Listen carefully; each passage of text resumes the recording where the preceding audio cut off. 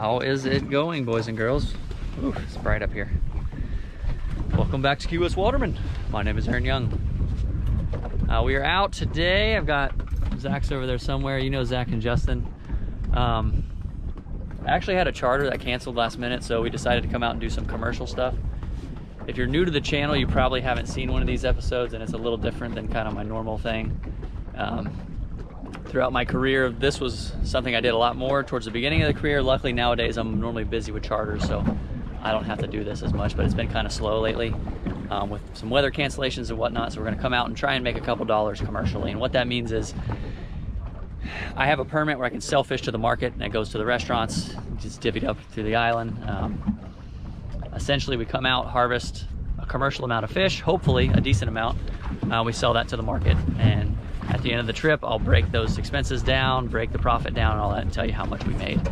I do get a lot of negative feedback from these videos because we are taking a lot of fish, but if you're not familiar, in my opinion, this is probably one of the most responsible and sustainable ways to commercially harvest fish. There's no bycatch at all. We're only taking the fish that we are targeting and aiming at and shooting one fish at a time.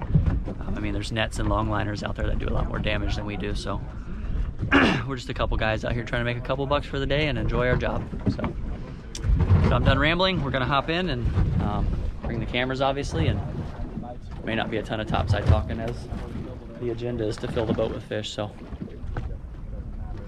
come along with us. We'll see you in the water. Got a bunch of little stuff. No. Thanks.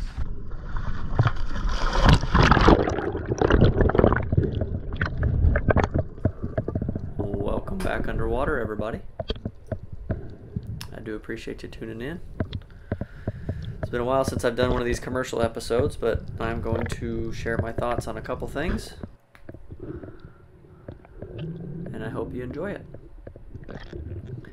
So this is very first drop, and we don't do this very often, have two divers down at the same time, but on a spot where we anticipate there's going to be a decent amount of life and opportunity, sometimes we'll drop one after another. We've got one safety up top, and on these type of dives we do not push ourselves by any means.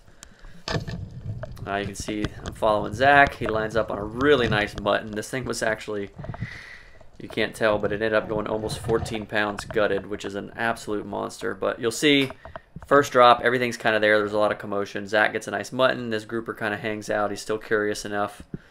I just wait till it's broadside. Like I said, we don't do that a lot.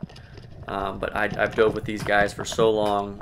They're very experienced. We kind of know, and you'll see throughout the day, we know what we expect from each other, and kind of goes without saying. There's a lot of things we pick up on. I wouldn't do this with just anybody, but that was a great first dive. Zach got a nice mutton. I pulled a nice grouper, and Justin's on his way down to investigate. I'll take it. And this is Justin's drop shortly after. This was actually Zach's spot. He had fished it before. He never dove it. He wanted to check it and kind of just see what was on the bottom. Actually said he had about a 50-60 pound black follow a red grouper up that it tried to eat, so we wanted to check it out, but we didn't see it this day. But as you can see, all kinds of life. This is Justin's cam. Muttons all over the place, bait all over the place. It was a really healthy spot.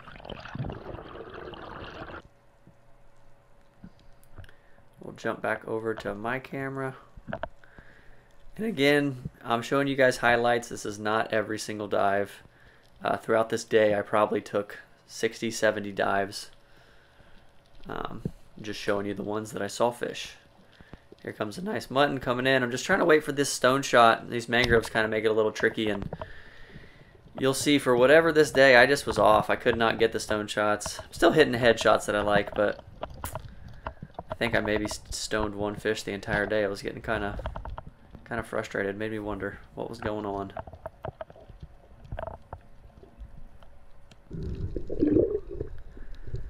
And you'll see me do this sometimes. I'm actually getting my gun set and reloaded before I swim to the boat and drop my fish off. Time is of the essence on these commercial trips, so getting everything situated, gun loaded, that way as I'm swimming over there, I'm kind of almost starting my breathe up ahead of time. Because if I run over there, drop the fish off, and then load my gun, loading your gun uses quite a bit of energy, so that's just a little trick I do from time to time.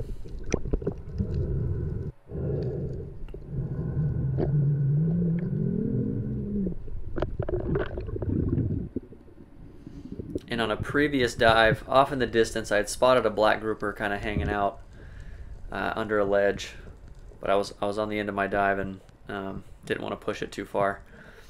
So I get myself centered over, pretty much directly over the top of the ledge. It was a little murky. You could kind of spot the bottom, but want to drop pretty much straight down on that ledge and kind of use the edge of it as cover. You'll see when I kind of square up, you can see the black just sticking out, and I'm trying to lean into him a little just to get that side shot. It's almost got that unicorn style shot, but had just enough sticking out there where I got one right in the side of the cheek. Didn't mess any meat up. I kept forgetting to turn my flashlight off, but you can see why there's life here. All these grunts and bait, just all kinds of stuff. Like I said, this was one of Zach's spots. Just a really, really spectacular way to start the morning.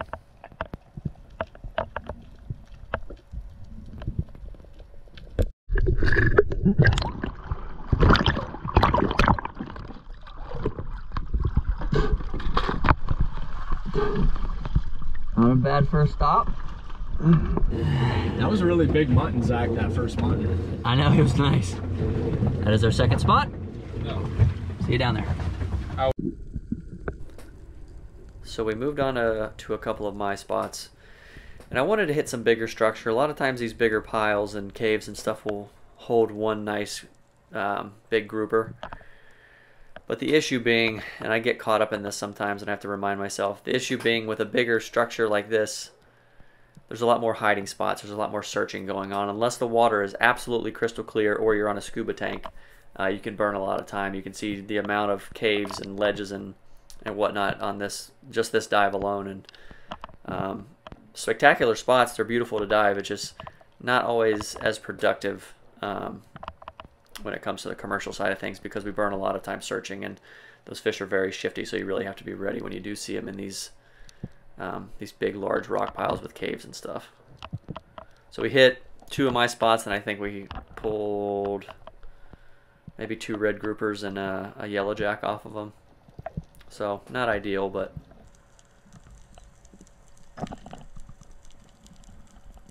beautiful to see. And this is a cool clip from Justin. Had a school of hogfish come in. These are all juveniles, and I've spoke about these before, but it's nice to see the numbers are actually returning.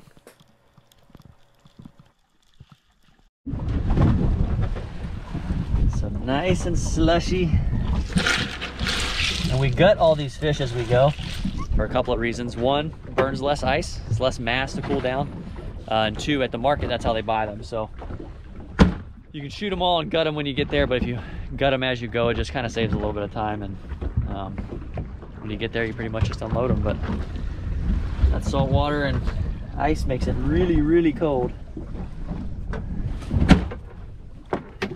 We're plugging along, we're getting there. A little slow, but still got plenty of daylight left. We decided to move out a little deeper, get outside that 60-foot range, and we anticipated there to be quite a few fish on this spot. So again, we're going to do that method where we drop 2 divers. Mainly the reason I like to do this is because I like to film third person, but we drop 2 divers. We've got 1 safety diver up top. Again, we are not pushing these dives just because we only do have 1 safety diver up top. I'm not going to, I hate to sound like the guy that's do as I say, not as I do, but again, we are very experienced. I've been diving with these guys for years and years. So this is Justin. He's lining up on a nice grouper, gets a good shot, and being that it's pretty rocky, my main concern is to make sure that fish doesn't get rocked, and he handles it just fine and is able to clear it from the bottom. So now I know he's good. He's already on his way up. That was a really short dive. There's another nice grouper hanging out. So it does hang out long enough and kind of has that curiosity going on with all that commotion, and I was able to get a good broadside shot in it.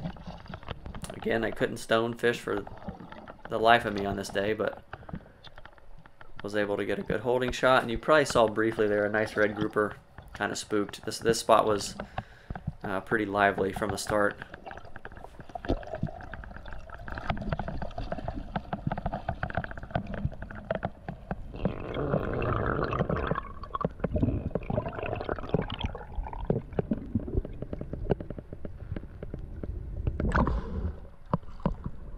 was a fun spot.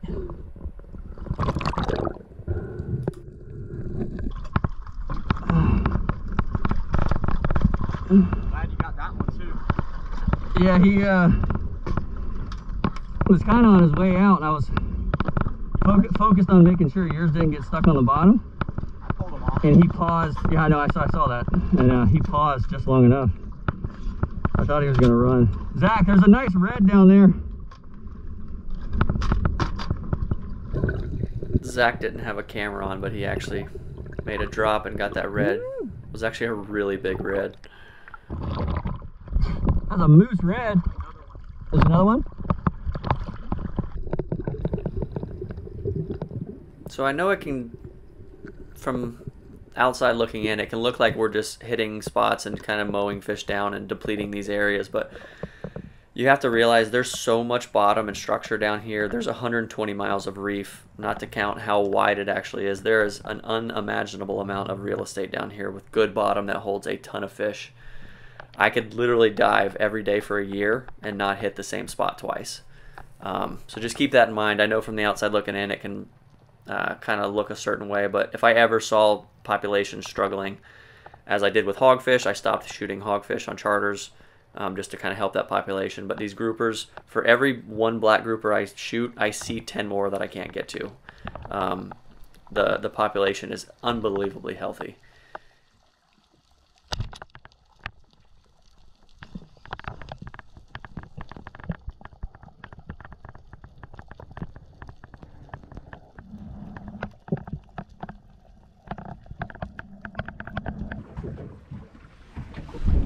A little bit deeper. That is a good old-fashioned happy spot. Two nice reds and two nice blacks. That is enough from here. On to the next. We were actually on our way to a different spot that I had marked, and Justin saw a little blip on the chart and was like, hey, we should stop and check this out, it looks good. So we did stop. Never dove this before, and without Justin telling me to stop and check it out, I wouldn't have had this opportunity, so thank you, Justin. But this is first drop, never dove this spot before. And this is a good example to show you how we kind of know what to do without communicating. We've been diving together so long. I'm dropping, and this really nice grouper comes in and just kind of coming in to check me out, and then realizes I'm up to no good, so it's on its way out, and not typical of me to kind of take a run and away shot like that, but it was a really nice fish. And I palmed the reel to prevent this fish from rocking up, because in the current it would have been a nightmare trying to get this fish out of this rock. And I realize it's a pretty crappy shot, and I don't like letting fish dangle, but I also didn't want this to tear out, so I'm kind of babying it. And without me having to say anything, Justin can see that it's not a great shot, so he comes in and he's there pretty much ready just in case this does tear out to put a second shot in this fish. And that's just kind of an example of that. We don't need to communicate. We know what we expect of each other, and quite honestly got pretty lucky on this fish, but stoked nonetheless. Yeah, baby. Oh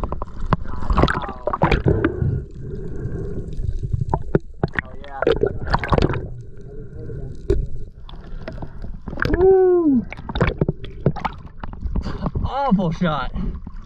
He would not sit. He was not sitting still. He was zipping around. Was it? Yeah.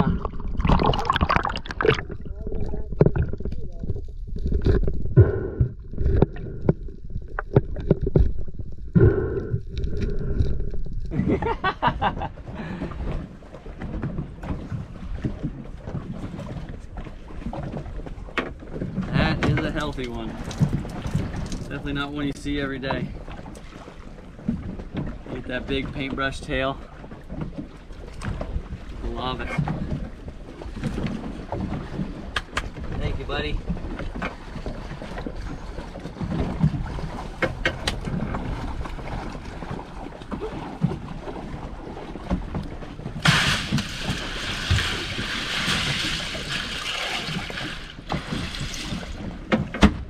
You're definitely getting there.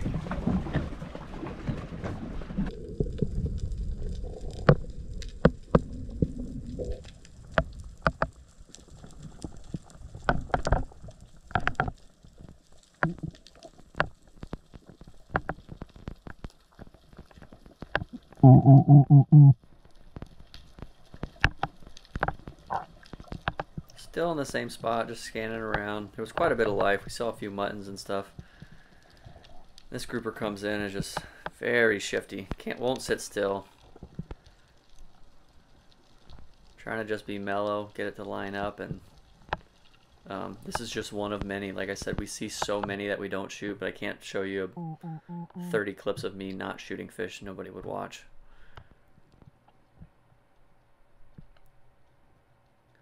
Sometimes just let them swim.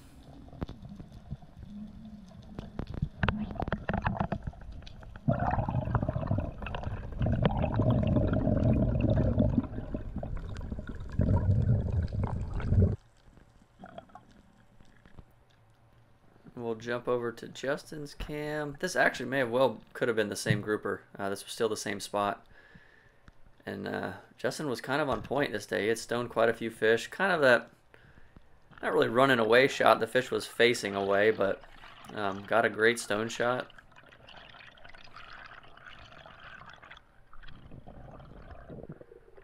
If you're comfortable, take it.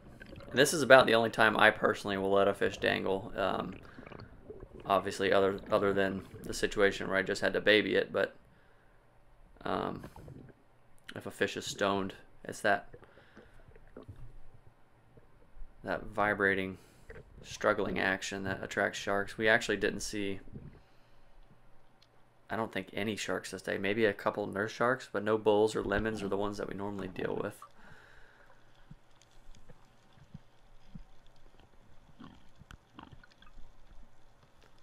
This is Justin again.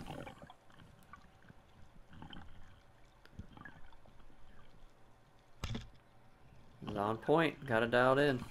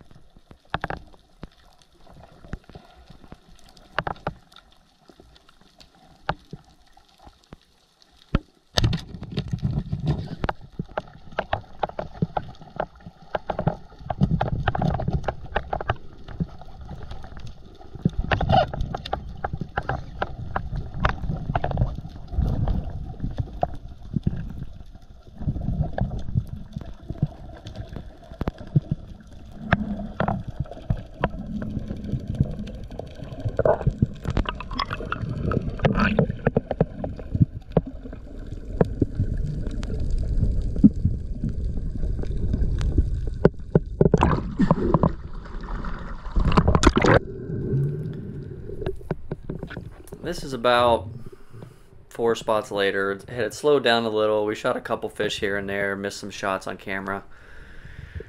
Kind of winding down to the end of the day. And I did a drop here to just kind of check this ledge, and I ended up cutting the camera off. But you can see where that sand kind of forms a V there. On my way up, I actually saw a grouper swim up under that ledge. And I'm going to cover this in another video. I'm going to do just strictly cave and ledge hunting and really break these down. It's some of my favorite. It's a little more tactical. But I shut the camera off and you'll see where I'm pointing. That V shape, that grouper kind of swam in there. And with these ledges or caves, it's all about the approach, especially if you know there's a fish in there. So you'll see I'm kind of getting set up, facing into the current. Because there is current, I'm swimming into it. If there was no current, I would be facing the opposite direction. Because I'm right-handed, gun is in my right hand, I want that ledge to be on my left side. If you come in the other way, the gun's going to be on the inside, you're not going to get as good of an angle. So I know the fish swam in here, it's somewhere coming around the corner, and you got to be, especially when you're hunting these ledges, you got to be ready to shoot because you don't know when you're going to see them. And I come around this corner, flashlight ready, and I didn't realize this fish was going to be this out in the open, and I pretty quickly hip fired there. But one of the 2 mistakes I see with the ledge hunting is people will come way out from the ledge and get to the bottom and then swim towards it. The fish can see it coming, so I like to come and wrap really tight around the edge of it and it just tends to work a little better for me, because especially our groupers, if they see you coming, they're out of there. They're not going to stay in that ledge. They're going to go deeper or run down the ledge. So, but that was the end of the in-water action. Stay tuned. I'll do a commercial breakdown at the end and tell you kind of our daily profit.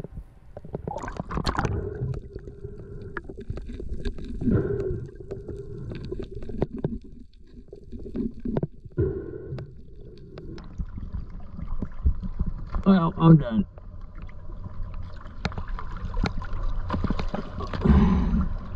It takes money to break even. I like that.